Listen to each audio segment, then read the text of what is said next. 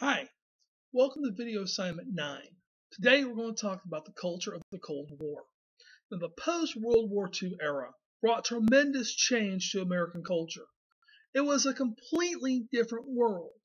And we're going to talk about things like housing, education, and entertainment, and a backlash to that entertainment. We'll cover these changes here. Now, one suggestion, if you haven't already, go to Angel. Download the PowerPoint slides that accompany this video assignment, print them out, and follow along. One way to save from having to take so many notes, and you get to listen to what I'm saying. I'll give you a moment. All right, welcome back.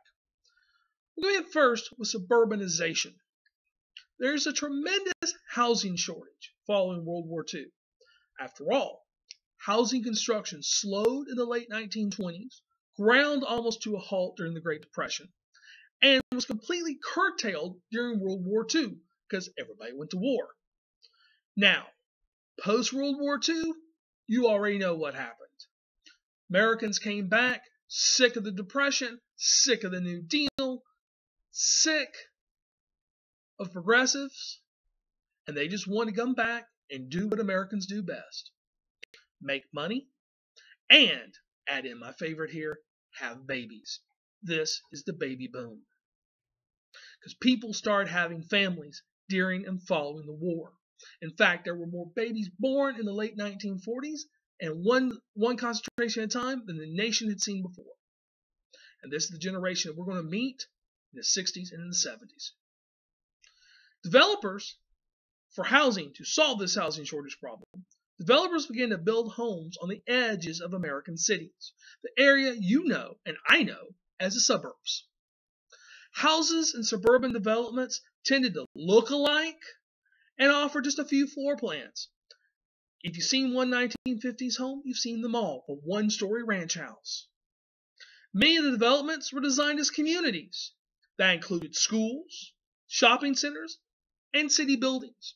For the first time, a lot of families, if they never had to go to town if they wanted to do business.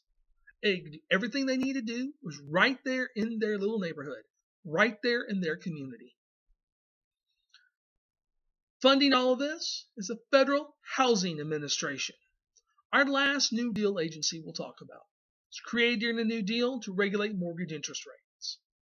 What the FHA did, the Federal Housing Administration, is give loans at cheap insurance rates to help young families move into new homes. Significance of the FHA is that it addressed the need caused by a housing shortage, and it boosted the economy.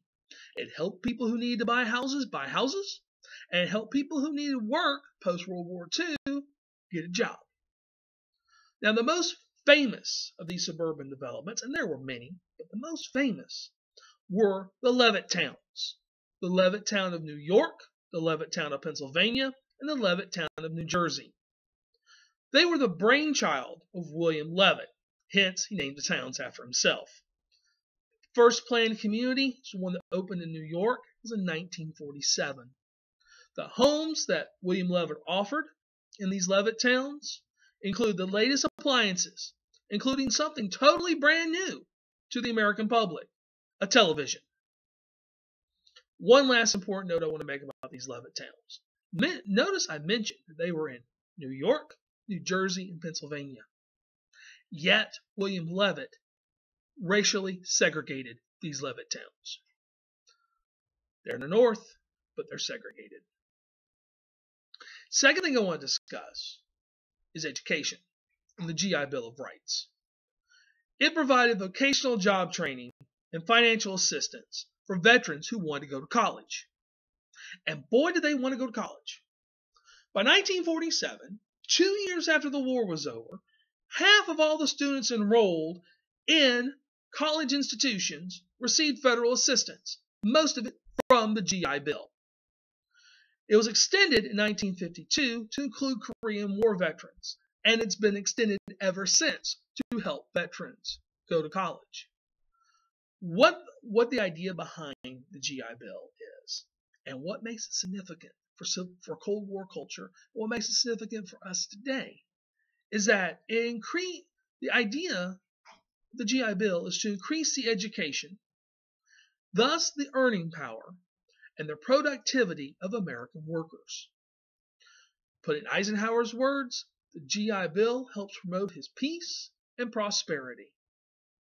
Because the idea behind the GI Bill is if you educate the workers, they'll get paid more money, they'll have more earning power, and it will increase revenue.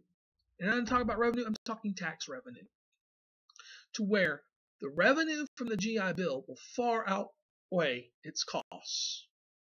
You'll have a higher educated worker who'll be making more money. And it's a benefit to the veterans who fought World War II and all our conflicts since then. The economy of the Cold War. Consumerism. Because this economy post-World War II, you've got the children of the Depression who had grown up with absolutely nothing. Now they've turned into consuming adults. And the end of World War II brings a wide variety of products that these people had never seen before, and at the same time marries them to a group of consumers who were more than willing to spend their money. Just charge it. Manufacturers learned something out of this. The children of the Depression, who had grown up with nothing, and then had things rationed during the World War, weren't interested in anything used or anything secondhand. They wanted new stuff. Thus, companies began to build something into their products called planned obsolescence. What I mean by that is that manufacturers learn how to build their products to fail after a certain period of time. And by the way, absolutely no coincidence at all that some of the things you now own always seem to break right after the warranty expires. Manufacturer knows when they're going to break and has built it in. Products that caught consumers' attention here in the 1950s: cars, televisions, dishwashers. Spokespersons like Dinah Shore would come on the radio and then later the television and sing jingles like "All across the USA in my brand new Chevrolet." Consumers went to shopping centers, went to something brand new called the mall, especially after air conditioning was invented, and supermarkets. All your shopping in one place. How they purchase products. They didn't use cash. They used something called credit cards.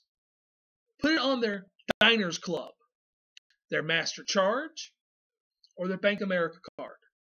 Now, you know the last two better is MasterCard and Visa. These are the origins of them. Fact is, new products to buy, great stuff to have, and we've suffered long enough. That's what this generation is saying. One other thing to say about consumerism in the 1950s. If you could sum up the culture in consumerism in just one word, that word is conformity. From the cookie cutter houses that all look alike to the endless slew of look-alike TV programs. Truth is, guys, if you've seen one 1950s sitcom, you've seen them all. From I Love Lucy, to Dobie Gillis, to Father Knows Best, to Leave It to Beaver. They all look the same. And everything seems to be the same. Take a look at fashion in the 1950s. All the guys have short hair and wearing suits. 50s fashion for girls has its own title: poodle skirts and saddle shoes. Fact is, there's a Cold War element of this conformity. Everything looking the same, everything looking alike. Fact is, if you looked like everybody else, Joseph McCarthy couldn't accuse you of being a communist. Because if he accused you, he had to accuse everybody. so everybody looked the same. It's this conformity, this idea of everything looking the same, that also creates the first counterculture of the beatnik. Now I'm talking about folks like James Dean, Allen Ginsberg, who's a poet, or even worse for the conformists, a genre of music called rock and roll. Now, this rock and roll of the 1950s, much tamer than today. The term itself comes from a Cleveland, Ohio disc jockey, Alan Freed. At least that's the story goes. The term itself actually describes a new type of instrument that features guitars and drums. It doesn't have orchestras and conductors. I say it's coined by Alan Freed. The fact is, the term itself predates the 1950s. It comes from the African American community. Rock and roll, just another way to describe sex. And 1955, first rock and roll song, Bill Haley and the Comets, Rock Around the Clock, went to number 1. And rock and roll became the popular music of the age. And as for the conformists, the guys who were fighting the Cold War, worried about anything that looks different, the rock and roller, the one that they absolutely feared the most, is none other than the king himself, Elvis Presley. His hair, his outfits, the way he swung his hips on television scared them. What is this world coming to? And lo and behold, the conformists do their best to ensure that Elvis Presley conforms.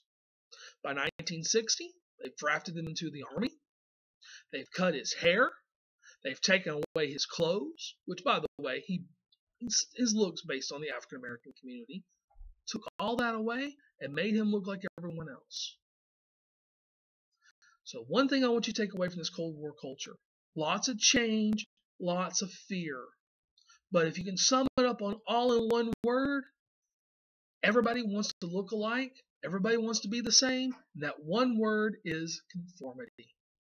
Thank you. Thank you.